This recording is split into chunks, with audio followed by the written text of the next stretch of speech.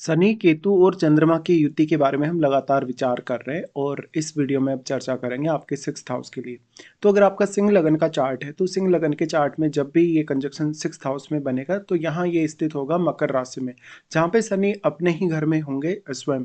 लेकिन शनि का यहाँ जो रोल होगा वो काफ़ी इंपॉर्टेंट होगा, क्योंकि शनि सप्तमेश होके भी यहाँ आ रहे हैं और वो छठे घर के स्वामी स्वयं हैं।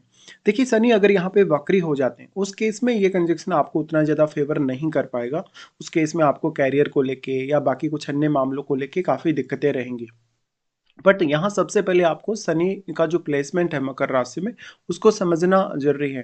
चाहे शनि वक्री हो, चाहे शनि सामान्य स्थिति में हो, शनि कुछ हद तक मकर राशि का जो होता है वो ज़्यादा मेहनत माँगता है या ज़्यादा हार्ड वर्क माँगता है, या जो शनि का जो स्वभाव है एक तरीके से कि कर्मठ रूप में हम शनि को देखते हैं, तो वैसे ही कुछ प्रभाव शनि देते हैं जब भी वो मकर राशि में स्थित होते हैं। लेकिन यहाँ पर अगर शनि वक्री हो गए, वैसे तो नॉर्मली शनि किसी के भी यदि वक्री होते हैं तो हम उसको काफ़ी अच्छा मानते हैं, क्योंकि शनि वक्री होने के केस में आपको ज़्यादा सीरियस बनाते हैं, ज़्यादा रिस्पॉन्सिबल बनाते हैं, बट आपके कार्यों में डिले नहीं करते। लेकिन जब राहु या केतु के साथ मान लो कोई भी वक्री ग्रह स्थित होगा, तो राहु या केतु उस ग्रह पर अपना काफ़ी ज़्यादा प्रभाव डालने में सक्षम हो जाते हैं। तो यही स्थिति यहाँ शनि के साथ भी होगी। शनि यहाँ पे अगर वक्री हो जाएँगे कि तो जो केतु का प्रभाव है शनि पर काफ़ी ज़्यादा बढ़ जाएगा। अब क्योंकि केतु शनि के ही घर में स्थित है इनके साथ ही, तो फिर इनका जो मूवमेंट है वो आपके 5th हाउस की तरफ होगा और फिर आपको ये देखना पड़ेगा कि पंचम भाव के ये कितने ज़्यादा क्लोज़ हैं। अगर शनि या केतु में से कोई भी आपके पंचम के ज़्यादा क्लोज़ होगा, तो कुछ हद तक ये निश्चित है कि वो पंचम भाव से रिलेटेड कार्यों पर भी प्रभाव डालेंगे। ऐसे केस में शनि हालांकि सप्तमेश होके यहाँ आ रहे हैं तो ये मैरिड लाइफ या रिलेशनशिप के लिए उतना अच्छा कंजक्शन नहीं है। अगर शनि वक्री हो केतु के साथ तो ये वैराग्य युति या वैराग्य योग का बहुत ज़्यादा प्रभाव बढ़ा देता है। वैसे शनि केतु मिलकर यहाँ वैराग्य योग का निर्माण कर रहे हैं। शनि चंद्रमा के साथ मिलकर विषदोष बना रहे हैं और ग्रहण दोष बन रहा है केतु और चंद्रमा के मिलने से। ऐसे केस में केतु और चंद्रमा का ये वाला जो कंजक्शन है और जो शनि और चंद्र का यहाँ जो कंजक्शन बन रहा है, यानी दोनों का अलग अलग प्रकार से चंद्रमा पर प्रभाव पड़ेगा और इसमें बहुत सारी चीज़ें आपके समझने की भी हैं। देखिए, शनि चंद्रमा के साथ जब भी स्थित होते हैं तो जातक काफ़ी ज़्यादा सोचता है, बहुत लंबे समय तक वो सोचता है या विचार करता रहता है, बट वो फाइनल डिसीजन तक कभी-कभी नहीं पहुँच पाता और वो काफ़ी ज़्यादा समय जाया कर देता है, तो जातक को डिले हो जाता है, इवन उसको कुछ नुकसान वगैरह भी हो सकता है इससे। लेकिन केतु की स्थिति बहुत ज़्यादा डिफरेंट है जब केतु चंद्रमा पर प्रभाव डाल रहे होते हैं। क्योंकि चंद्रमा चाहे शनि के साथ हो या शनि के ज़्यादा क्लोज हो या केतु के ज़्यादा क्लोज हो, वैसे तो दोनों प्लैनेट्स का ही प्रभाव चंद्रमा पर पड़ेगा और किसी भी अन्य ग्रह का दृष्टि भी यदि आपके यहाँ पड़ गया आपके 6th हाउस पे, तो उसका प्रभाव भी चंद्रमा पर अवश्य पड़ेगा, क्योंकि चंद्रमा काफ़ी ज़्यादा सॉफ्ट है। चंद्रमा यहाँ आपके 12th हाउस के लॉर्ड होके आ रहे हैं, यानी अपने से बिल्कुल ऑपोजिट बैठे तो विपरीत राजयोग बना रहे हैं। बट शनि और केतु का जो यहाँ प्रभाव है वो काफ़ी ज़्यादा है। अब अगर हम केतु के प्रभाव की बात करें चंद्रमा पर, तो देखिए केतु ऐसा ग्रह है जो आपके 6th हाउस की एनर्जी को अपने में समाहित कर रहा है। यानी इसका मतलब है आपको अब छठे भाव से रिलेटेड कार्यों के लिए ज़्यादा मेहनत करने की आवश्यकता है या ज़्यादा एफर्ट करने की आवश्यकता है। ऐसे केस में जब चंद्रमा यहाँ इनके साथ ही स्थित है, तो अब आपको मानसिक तौर पे, आपको इमोशनली बहुत ज़्यादा अपने आप को बैलेंस में रखने की आवश्यकता है, क्योंकि आपके सारे के सारे इमोशंस को केतु अपनी तरफ खींच रहे हैं और वो अपने में समाहित कर रहे हैं। तो ऐसे केस में हालांकि जब शनि चंद्रमा के साथ स्थित है, तो शनि चंद्र के कंजक्शन से ऐसी स्थिति नहीं बनती कि जातक इमोशनली कहीं न कहीं अपना बैलेंस खो देता है, बल्कि वो ओवर थिंकिंग करता है, वो ज़्यादा सोचता है। ज़्यादा सोचने के बावजूद भी जातक कभी-कभी समय पर फैसला नहीं ले पाता। लेकिन केतु चंद्रमा के साथ स्थित होने से जातक इमोशनली, मेंटली या कहीं न कहीं भावनात्मक रूप से अपने आप से बहुत ज़्यादा डिटैचमेंट फ़ील करता है। तो वो अपने इमोशंस की जो डायरेक्शन है वो नहीं समझ पाता, इमोशनली उसको भटकाव उत्पन्न हो जाता है। फिर जातक कुछ ऐसे गलत निर्णय लेने के लिए बाध्य हो जाता है जो जातक वास्तव में लेना नहीं चाहता, लेकिन बाध्यता के कारण उसको लेने पड़ते हैं। इसी तरीके से जातक कहीं न कहीं इमोशनली इतना ज़्यादा टॉर्चर फ़ील करता है अपने आप को, या इतना ज़्यादा उतार-चढ़ाव वो देखता है अपनी मानसिक स्थिति में, जहाँ पर वो अपने निर्णयों को लेकर बहुत ज़्यादा कॉन्फिडेंस में नहीं आ पाता। कोई भी प्रकार की चुनौती हो, चैलेंज हो, उसको भी वो स्वीकार नहीं कर पाता। तो ये ऐसी कुछ स्थिति बनती है और केतु के साथ चंद्रमा के होने से आपके मन में काफ़ी ज़्यादा भय उत्पन्न हो सकता है। हालाँकि ये जो वैराग्य योग बनता है इसका प्रभाव भी बढ़ेगा और आपकी रुचि फिर केतु से रिलेटेड फील्ड में बढ़ जाएगी।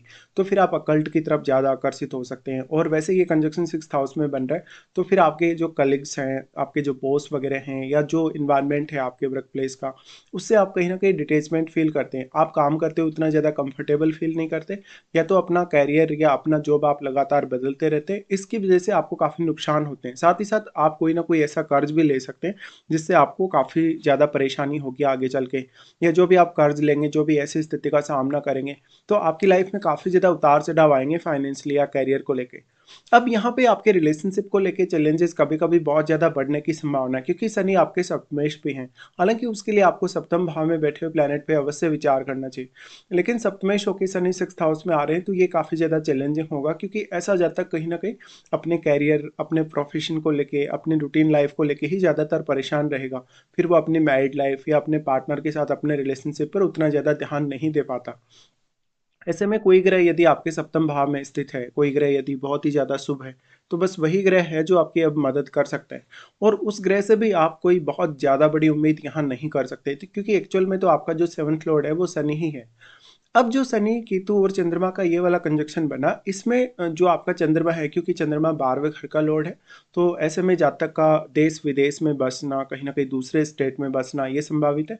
साथ ही साथ जातक अगर शनि वक्री ना हो तो अपनी लगभग 25 की एज तक, 30 की एज तक, इवन कभी कभी 35 की एज तक वो बहुत ज़्यादा मेहनत करेगा, और वो अपने कैरियर में बहुत कुछ पाने की कोशिश भी करेगा, और वो पाएगा भी। लेकिन एक समय बाद जब आपका केतु कहीं ना कहीं एक्टिवेट होगा, लगभग आपकी 45 की एज के आसपास, या आपका 48 की एज के आसपास, उस समय आप ये रियलाइज कर पाएंगे कि आपके जो भी मेहनत थी, जो भी आपका हार्डवर्क था, वो सारा का सारा व्यर्थ चला जाएगा, या वो आपके काम नहीं आएगा, या जिस प्रकार से आप अपने कैरियर में या बाकी मामलों में प्रोग्रेस चाहते थे, वैसी प्रोग्रेस आप नहीं कर पाए, कुछ ना कुछ कमी रही, या तो आप पर्याप्त रूप से समय नहीं दे पाए अपने कैरियर को, या जो जो भी आपने फैसले लिए वो गलत हो गए। तो ये काफ़ी ज़्यादा एक रेयर कंजक्शन है, और काफ़ी ज़्यादा चैलेंजिंग भी है। अब ये चैलेंजेस तब ज़्यादा और बढ़ जाते हैं जब किसी फायरी ग्रह का यहाँ प्रभाव होगा। नॉर्मली देखा जाए तो शनि की यहाँ पे स्थिति आपसे बहुत ज़्यादा मेहनत या ज़्यादा हार्डवर्क मांगती है। अब जो चंद्रमा यहाँ आ गए, तो चंद्रमा दोनों ही प्लैनेट से प्रभावित होंगे। ऐसे में जातक बहुत जल्दी मानसिक तौर पे उथल-पुथल देख सकता है अपनी लाइफ में। वो बहुत जल्दी मानसिक तनाव से घिर जाएगा काम करते हुए, उसको अवसाद की समस्या हो सकती है। जातक कहीं न कहीं बहुत ज़्यादा चिंता का सामना कर सकता है। साथ ही वो अब मोक्ष की तरफ आकर्षित होने लगेगा। इवन जातक अपने कार्यस्थल पर बहुत ज़्यादा डिटैचमेंट फ़ील करेगा, वो अर्ली रिटायरमेंट के बारे में सोचेगा, या तो वो अपने काम का जो कहीं न कहीं बोझ है, या जो काम की उसके ऊपर जो ज़िम्मेदारी, उससे भी अपने आप को डिटैच करने लगेगा। ऐसा जातक अक्सर निश्चित तौर पे अपने व्यवहार को लेके काफ़ी उतार-चढ़ाव दिखाता है। यानी उसका जो अपने वर्क प्लेस पे जो व्यवहार है, अपने बॉस वगैरह के साथ, अपने कलीग वगैरह के साथ जो उसका व्यवहार है, उसमें भी काफ़ी उतार-चढ़ाव रहते हैं। और जातक बहुत ही ज़्यादा अमानवीय व्यवहार कर सकता है कभी-कभी, वो बहुत ज़्यादा गुस्से में व्यवहार कर सकता है। इसके अलावा वो कहीं न कहीं बहुत ज़्यादा उदासीन हो जाएगा अपने करियर के प्रति, या वो लाइफ़ में बहुत ज़्यादा स्ट्रेस को फ़ील करेगा। ऐसे जातकों को मेडिटेशन करने की आवश्यकता सबसे ज़्यादा होगी। अब हालाँकि फिर देखना होगा कि अन्य कौन-कौन से प्लैनेट्स का प्रभाव आपके यहाँ 6th हाउस पे है। क्योंकि यहाँ वैसे तो केतु सभी जितने भी प्लैनेट्स की एनर्जी एक्सचेंज हो रही है 6th हाउस के साथ, वो सारी एनर्जी ये अब्ज़ॉर्ब कर रहे हैं, अपने में समाहित कर रहे हैं। तो कोई भी प्लैनेट की एनर्जी को ये अपने में समाहित करने से यहाँ काफ़ी ज़्यादा कमी डेवलप करेंगे। और वैसे भी ये कैप्रिकॉर्न साइन है। कैप्रिकॉर्न साइन में जब शनि साथ आ जाता है, तो आप कोई बहुत बड़ी उम्मीद वैसे भी नहीं कर सकते, क्योंकि वहाँ पर आपको बहुत ज़्यादा मेहनत या बहुत ज़्यादा हार्डवर्क का सामना करना पड़ेगा। ऐसे में मान लो अगर आपका कोई दुश्मन है, आपके कोई भी और अन्य समस्या आ रही है करियर में, किसी भी तरीके का अन्य कोई व्यवधान आ रहा है, तो उसका सामना करते-करते आप बहुत ज़्यादा फ्रस्ट्रेट हो जाते हैं, या आप उस स्थिति से बहुत ज़्यादा अपने आप को डिटैच करने की कोशिश करते हैं। इस वजह से आप अपने वर्क प्लेस पे कभी-कभी बहुत ज़्यादा डिप्रेशन में आ जाएँगे, एंग्ज़ायटी का सामना करेंगे, तो आप एक मेंटल पीस ढूँढने की स्थिति में चले जाते हैं। ऐसा जातक बहुत ज़्यादा अकेलापन फ़ील कर सकता है, जातक कहीं न कहीं अपने आप को बहुत ज़्यादा अकेला पा सकता है, और उसको ऐसा लगेगा कि उसकी सहायता करने वाला या उसकी हेल्प करने वाला कोई भी नहीं है। अब ऐसे कंडीशन में आपका जो लग्नेश है सूर्य, हालाँकि उसको भी देखना चाहिए, और लगन में बैठे प्लैनेट को भी, क्योंकि जो प्लैनेट अब आप में कॉन्फिडेंस डेवलप कर सकता है, वो आपका लग्नेश सूर्य हो सकता है, या तो कोई भी लगन में बैठा प्लैनेट भी वो हो सकता है।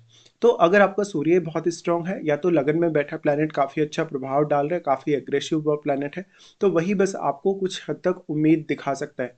या यहाँ जो 6th हाउस रिलेटेड जो जितने भी दिक्कतें आएंगी या 7th हाउस रिलेटेड भी जितनी भी दिक्कतें आएंगी, उनमें कुछ हद तक आप अपना जो एक पक्ष है वो लग सकते हैं या अपनी तरफ से थोड़ा कोशिश कर सकते हैं।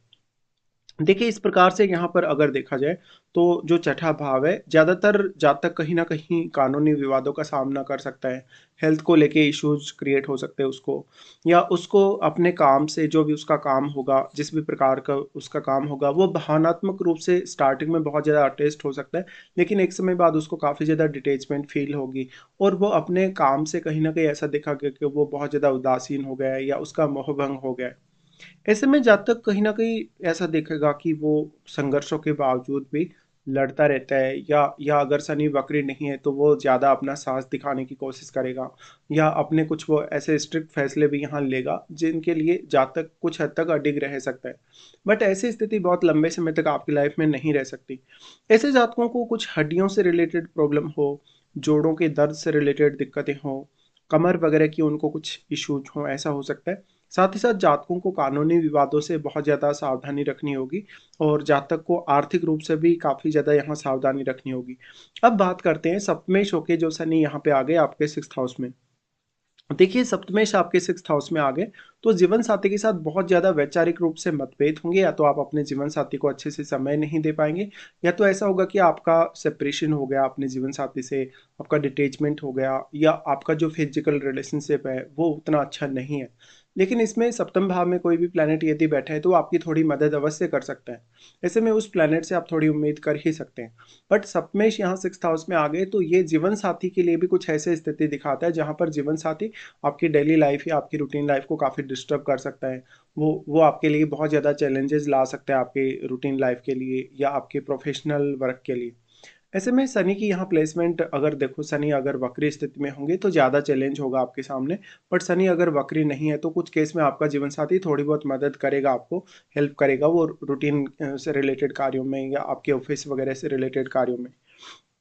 देखिए यहाँ पे फिर मुख्य रूप से जातक का जो आध्यात्मिक झुकाव है, या जो अकल्ट से रिलेटेड जो झुकाव है, जो मोक्ष की तरफ जाने के लिए जो झुकाव है वो बढ़ता जाता है समय के साथ साथ, जैसे जैसे जातक की उम्र बढ़ती है, जैसे जैसे जातक का कहीं ना कहीं उसकी वैचारिक क्षमता बढ़ती है या उसकी मैच्योरिटी बढ़ती है।